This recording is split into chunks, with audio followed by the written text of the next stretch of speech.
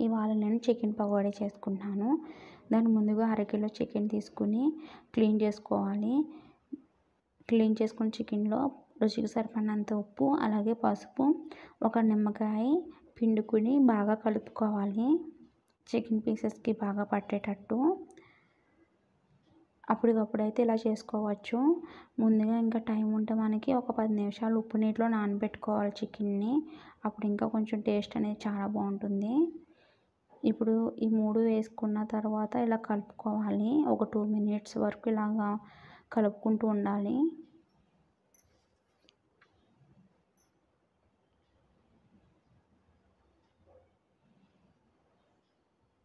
ఉప్పు, పులుపు అవన్నీ కూడా ముక్కలకు బాగా పడుతుంది అలా అయితేనే.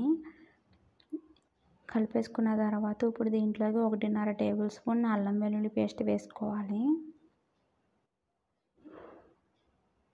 అలాగే 1.5 టేబుల్ స్పూన్ ధనియాలు, జీలకర్ర పొడి వేసుకోవాలి.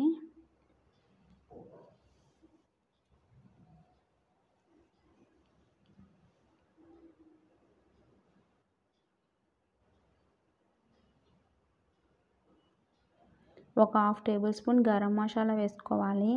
అలాగే 1.5 టేబుల్ స్పూన్ కారం కూడా వేసుకోవాలి.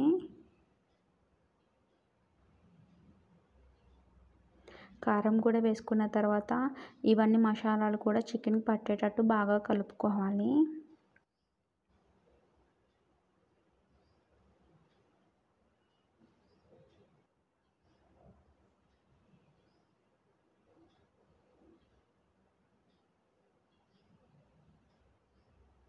ఇలా ఒక 2 మినిట్స్ కలుపుకున్న తర్వాత దీంట్లోకి 1 టేబుల్ స్పూన్ శనగపిండి, అలాగే 2 టేబుల్ స్పూన్ల వరిపిండి తీసుకున్నాను. అవి వేసుకోవాలి. వరిపిండి లేకపోతే మనకి కార్న్‌ఫ్లోర్ అయినా వేసుకోవచ్చు ఆ ప్లేస్లో. వేసుకుని ముక్కలకి బాగా పట్టేటట్టు కలపాలి.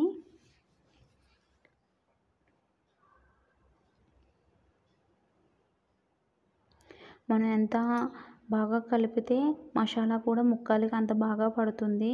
అప్పుడు టేస్ట్ అనేది కూడా చాలా బాగుంటుంది చికెన్ పకోడీ. మసాలా అంతా ముక్కకు పట్టి.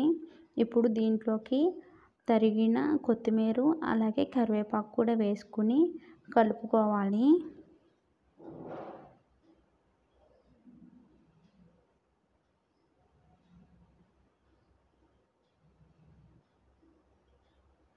ఇలా కలుపుకొని 1/2 అవర్ ఫ్రిడ్జ్లో పెట్టుకోవాలి. టైం లేని వాళ్ళు ఒక 15 మినిట్స్ ఫ్రిడ్జ్లో పెట్టుకుంటే సరిపోతుంది. ఇలా పెట్టుకున్న తర్వాత దీంట్లో పచ్చిమిరపకాయ కూడా కట్ చేసుకుని వేసుకున్నాను నేను. దీంట్లో కాజు కూడా వేసుకోవచ్చు, టేస్ట్ బాగుంటుంది. ఇలా పచ్చిమిరపకాయలు కూడా వేసుకుని బాగా కలుపుకోవాలి.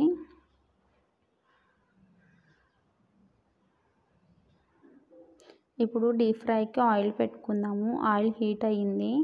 ఇది వచ్చేసి ఆయిల్ హీట్ అయిన తర్వాత మీడియం ఫ్లేమ్లో పెట్టుకుని ఈ చికెన్ అనేవి వేసుకోవాలి. మీడియం ఫ్లేమ్ మీద పెట్టుకుని వేయించుకుంటే మనకి లోపలికంటా వేగుతుంది చికెను.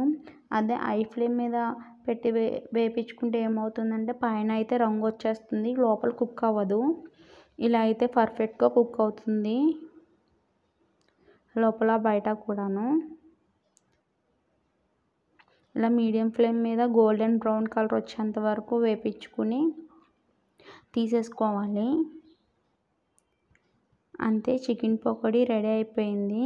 ఇలా క్రిస్పీగా లోపలేమో జ్యూసీగా ఉంటుంది, చాలా టేస్టీగా ఉంటుంది. పిల్లలు కూడా ఇష్టంగా తింటారు, స్పైసెస్ అవి కూడా సమానంగా వేసుకుంటే. ఒకసారి ట్రై చేసి చూడండి. ఈ వీడియో కనుక నచ్చితే లైక్ చేసి, షేర్ చేసి, సబ్స్క్రైబ్ చేయండి. Thanks for watching.